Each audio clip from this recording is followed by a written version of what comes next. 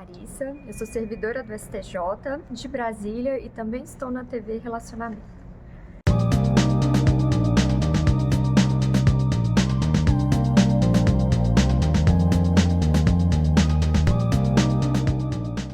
Olá, internautas! Iniciamos mais um programa Gestão Executiva.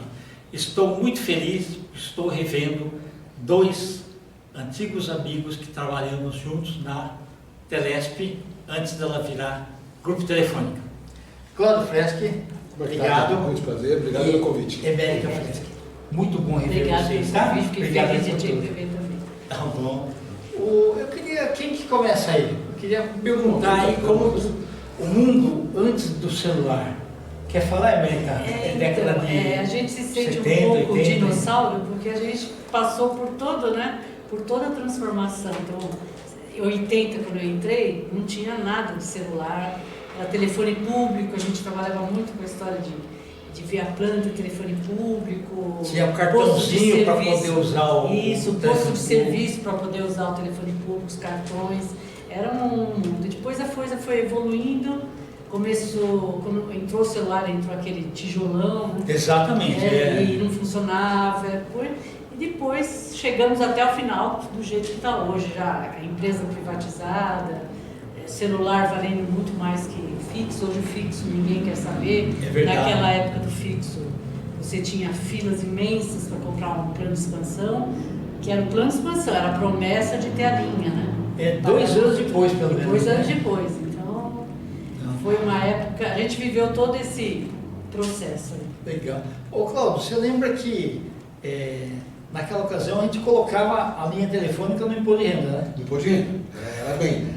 Às vezes, assim, era o imóvel, depois o telefone, depois que era o carro. Tudo carro. E o gostoso assim, né? Que a gente, naquela época, como era uma concessão, como é que você comprava ações da companhia telefônica, né? Sim. Quando eu entrei já era Telesp, mas até 72, se eu não me engano, era CTB. Isso, a companhia telefônica Já era Telesp, né? Então você comprava ações da companhia, pagava, o meu era aquele azulzinho, né? Plano de expansão azulzinho. É um cardezinho, né? Isso. E depois, nós éramos, o nosso nome que nós usamos, nós éramos promitentes, né? É verdade. E o gozado, quem tinha linha telefônica era chamado assinante. Assinante. Por que assinante? Porque a gente não era detentor da linha, nós tínhamos o direito de uso da linha. Tanto que, eventualmente, vendíamos a linha e depois nós vendíamos as ações, que valiam mais que o telefone na época. Isso, exatamente. O assinante é como se hoje a gente fosse contratar um provedor de internet, né? Pagar. E também, ou assim, alguma TV a cabo, né? Isso, só que lá no passado o valor era uma coisa de louco, né? Porque Sim. você tinha filas e filas para comprar um plano de expansão e depois o pessoal ainda fazia dinheiro vendendo aquele plano de expansão, aquela linha, porque era muito caro. Eu me recordo que algumas centrais que não abriam há muito tempo, o pessoal ia abrir na segunda-feira, dormia na fila lá, levava as cadeiras lá e ficava lá. Isso mesmo. E hoje, o telefone fixo, praticamente ninguém quer saber. Olha, o jovem não O jovem nem telefone. sabe o que é isso. Exato. Nem sabe. Ô Cláudio, mas você lembra também o seguinte, quando existia telefone fixo, a gente memorizava os números do telefone, né? Então pelo menos os parentes mais próximos, se guardava de cabeça. Hoje, do celular, como tem a memória, nem os filhos a gente leva de cabeça. Nem o nosso. Se roubar o celular na rua, eu não sei para quem ligar, porque a gente não guarda os números. É verdade. Tem que voltar naquela moda antiga, escrever no papelzinho e deixar na bolsa. É verdade. Emerita, você também trabalhou naquela área chamada grandes assinantes, né? Trabalhei na grandes assinantes. Então, grandes assinantes era o seguinte, 20% das grandes empresas era responsável por 80% do faturamento da empresa. Por isso que elas tinham que ter um tratamento melhor, tinha uma área para atender e tinha prioridade também na hora da instalação também. Isso, um atendimento diferenciado, né? Isso, sem dúvida. Pós-venda, tudo tinha um tratamento diferenciado. Tanto é que tinha uma área com engenheiros só para atender as suas carteiras, né? Exato. Eu fui um Você era um engenheiro, né?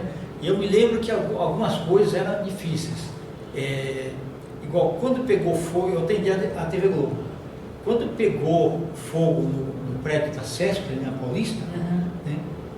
eu soube, né, pelo rádio, e eu comecei a falar com todo mundo lá, e 1 hora conseguiram colocar a linha do poste. Porque a televisão, assim, a imagem eles tinham da câmera, mas o som era do telefone. Então eu precisava ter do telefone. Isso mesmo. Algumas coisas bacanas. Evoluiu muito. Evoluiu muito, né? Ô Cláudio, você também fez a área de levantamento de mercado, né? Quais áreas você trabalhou? Desde a cidade de São Paulo ou de São Paulo? Eu comecei só em São Paulo. Eu comecei na operação, né? Na época com o engenheiro Abraham, e surgiu uma área nova. Estava até surgindo o Centran em paralelo. Na nossa época a gente teve uma sessão de estudos de mercado. Isso. Nós fazíamos levantamento, né? Pesquisa de mercado, para tentar entender a demanda em telecomunicações. Para evitar, inclusive, aquilo que era muito comum na época, que era o preço do telefone mercado paralelo, que era muito desproporcional. Então, por quê? Porque não havia um planejamento de rede. Então, nós criávamos a rede, né, na época, as empresas, o TR, na época, né, que era a rede, e eu fiquei um tempo nessa área. Depois, com o advento quando privatizou, eu fui trabalhar com gestão contratual na área de interconexão. Entendi. Tá. Então você continuou até depois de 98 ainda? Eu, na verdade, foi assim. Como nesse meio pós-privatização, no meu caso específico, né, da Neta, teve a privatização, eu fiquei numa área de telefonia pública. Só que o modelo na Espanha, quando eu vi a telefonia na Espanha, havia uma empresa chamada Capitel. E aí era apartada da telefônica. E aí tentaram criar um modelo na época, TopTel, não sei se vai ser. Sim. E começou com uma cooperativa, depois virou uma empresa, só que teve vida curta. Teve alguns problemas e durou 6, 7 meses só.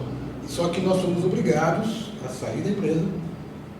Eu, particularmente, perdi meu visão naquela época, que era Sistel.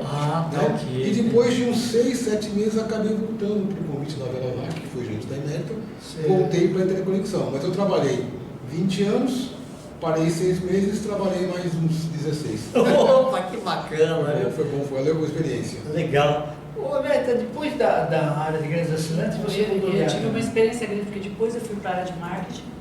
Na época era a Isa Finotti, o Marivaldo. A gente trabalhou bastante nessa época. Aí veio a privatização. Sim. Na privatização, eu dei sorte de cair nessa área de interconexão, que é o relacionamento entre as operadoras. Né? Que aí uma cobrava da outra pelo uso da sua rede. E isso eu tive bastante experiência, porque aí eu participei de mudança de plano de numeração, participei de portabilidade de projeto de portabilidade de números celulares. Então, participei e fiquei até 2013. Então, só para lembrar pessoal, antes o telefone ele era 7 dígitos. 7 dígitos, né? Depois ele passou para 8 e depois passou para 9 dígitos. O celular passou para 9. E eu participei de todo esse projeto aí junto com o pessoal da engenharia, era um grupo de trabalho. Então aprendi bastante na época, foi muito bom. Conheci bastante gente do Brasília, né, das outras operadoras, a gente tinha bastante contato, então foi bem bacana. Tá. Mas acho que tinha umas brigas enormes, né? Tinha. Porque você tinha que divisão de lucro lá, né? Quando você faz isso daí. Eu lembro que até antes da privatização era assim, tudo que era local era Telesp, mas tudo que era interurbano ou como é que chama? Nacional era Embratel. Tanto é que na privatização a Embratel também entrou, foi tudo dividido, e aí ela ficou, continuou com a parte internacional e tal, depois é que foi mudando, e agora todas as operadoras têm, né? Legal. Mas a Embratel, ela ficou forte aí um bom tempo. É verdade. Você sabe como que as baratas se comunicam? Não. Via Embaratel. É que você chama de via Embaratel.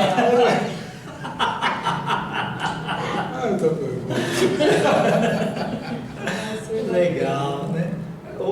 Depois você ficou até quando? Então, eu fiquei até março de 2013 e assim, eu saí no momento, eu já tinha trabalhado muito, me dediquei bastante e foi um momento, então foi um momento triste porque assim, enquanto Telesp, enquanto Telefônica, nossa, eu sempre fui muito respeitada, sempre trabalhei muito.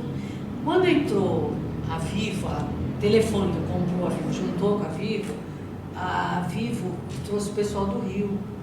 E tinha muitas exceções no pessoal baiano, mas tinha um pessoal, né? tem um pessoal que não foi muito agradável, não teve respeito nenhum pelo pessoal que já estava lá. Então teve uns atritos, então assim, eu saí na hora certa, porque senão eu ia ficar doente. Entendi. E graças a Deus eu saí bem, não tenho o que reclamar. Foi muita experiência, aprendi muita coisa, até na época da Telesp, até o Poupa Tempo, eu participei do projeto representando a Telesp. Toda essa implantação de poupa tempo, né? Verdade. Então, assim, foram coisas muito bacanas, experiências boas. Legal. Cláudio, você lembra na época de pesquisa de mercado, qual bairro você fez aí? Eu, na verdade, assim, você até comentou, como a área cresceu, nós tínhamos capital e interior. Então, na verdade, por exemplo, o Galvani, que nosso chefe, ficou na capital e o Luiz Cláudio pegou a parte do interior, né? Certo. E eu fiquei na parte da capital e Grande São Paulo.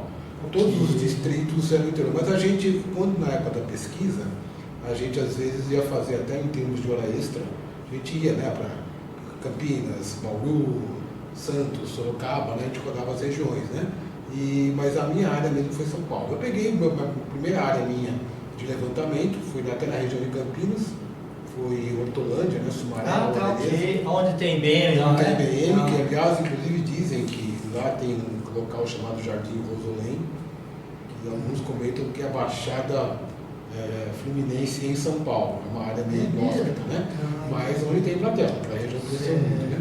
E muito legal, galera, um pessoal muito bacana, muito legal. E é que nem a América falou, era um pessoal que se respeitava. Era uma família, né? E a gente, às vezes estava, o que a gente comenta, estávamos trabalhando hora extra, ia sair um, saiu outro, vamos tomar uma cervejinha, vamos e tal, pô, eu não terminei o meu trabalho ainda. A turma se reunia, terminava o trabalho do colega e iam todos tomar cervejinha lá embaixo na base da grama. E não era aquela coisa que o pessoal falava, funcionário público estatal. A gente trabalhava muito e dava resultado. É verdade, E dava resultado, era uma coisa que... Que legal. Ô Cláudio, quando você foi lá para Sorocaba, ainda bem que você não ficou doente lá, né? Senão Sorocaba, né? Senão Sorocaba é complicado. Você mesmo saiu quando? Eu saí em 89. 89. É que aconteceu assim, eu estava bem na área de livros assinantes, mas aí eu acabei tendo que fazer uma opção. Eu queria conhecer outros países, tá, essas coisas, Tá. e aí eu precisava de uma multinacional. E acabei indo então para a American Express, onde eu fiquei 10 anos, né? Aí lá eu fiz curso em Dallas, Texas, Denver, no Colorado, implantei call center em Phoenix, no Arizona, dei palestra na América Latina toda. Foi assim uma fase assim muito Você bacana. trabalhou com né? Atento também, né? Isso. Atento. Eu fiquei 16 anos na Telesp. Foi um período assim bacana, né? Legal. Uma família, né? É verdade, viu? Tá bom. Ô, Emerita, depois você. Hoje você mora em Santos? Mora em Santos. Era um Como sonho. foi a adaptação? Ah, você gostava? A gente sempre, Eu pensei quando que- trabalhava, a sei, gente sempre sei. falava, o dia que a gente conseguir parar de trabalhar, vamos morar em Santos. Acabamos indo assim um pouco forçado, porque o filho mudou para lá, nasceu a netinha, a gente acabou ficando, porque a gente comprou um apartamento para ir a cada 15 dias, mas no fim acabamos nos adaptando e estamos lá. Vendendo a casa aqui, que até agora não. Mas muito bom. Santos é uma delícia. Tá. Cláudio, gostou do Santos também? Gostei, qualidade de vida muito boa e a gente até às vezes se sente meio preguiçoso, porque a gente morando lá, Quase não vai na praia. exatamente, só que você trabalha na praia no final de Semana é semana. sagrada. E assim, Parece a até que está em São Paulo e só vai no E um negócio curioso que eu brinco com a Meta é que assim, quando a gente vai à praia, às vezes 9, 10 horas, a turma está voltando às atividades físicas, né? Então a gente vai tipo no segundo turno. Às vezes a TV Tribuna aqui transmite. Parece que está fazendo aquela. Como é que chama? A substituição É verdade, é verdade. E Mas tem uma é galera lá e só não curte assim, a atividade física quem não quer mesmo, porque condições para isso tem, na areia, na praia. É uma cidade as de caminhadas. O bastante custo de vida. vida é um pouco mais caro que a média de São Paulo. O custo de vida que lá em Santos, o custo de vida equivale a um bairro de classe média alta de São Paulo. Mas é muito legal. Tem um peixinho mais fresco, né? Também. E como curiosidade, tem mais Tem uma- corintiano lá que santista. E não tem ladeira, sabe? Só que eles não vão na Vila Belmiro, né? Não vão. Não, corintiano lá tem bastante. Então tá Tá bom, que legal. Pessoal, eu adorei reencontrar vocês, tá? Isso foi muito bom, obrigado, viu? Você quer deixar seus contatos? Nós vamos escrever aqui também. Deixa. Aqui? Instagram. Instagram é emerita.vidal. Ok. Instagram e Facebook. E o X. o mesmo. Eu não tenho contato, eu estou me cadastrando no Orkut agora. Eu vou abrir uma conta no Orkut. Porque rede social não tem, que é muito complicado. Tá certo. Morei na Augusta, não posso ter rede social. Legal, bacana. Obrigado, meu Eu amigo. agradeço o convite, Kendi. Perfeito. Muito obrigada. Obrigado a Foi você, um tá? prazer, Pedro. Igualmente. Internautas, Tem que ir. os agradecimentos então a esses fantásticos, grandes profissionais que trouxeram assim muita alegria, né, para o desenvolvimento das telecomunicações do Brasil, tá? Cláudio Freschi e também a Emérita Freschi. Nós finalizamos mais um Gestão Executiva. Um grande abraço e até a próxima. Até a próxima. Muito obrigado.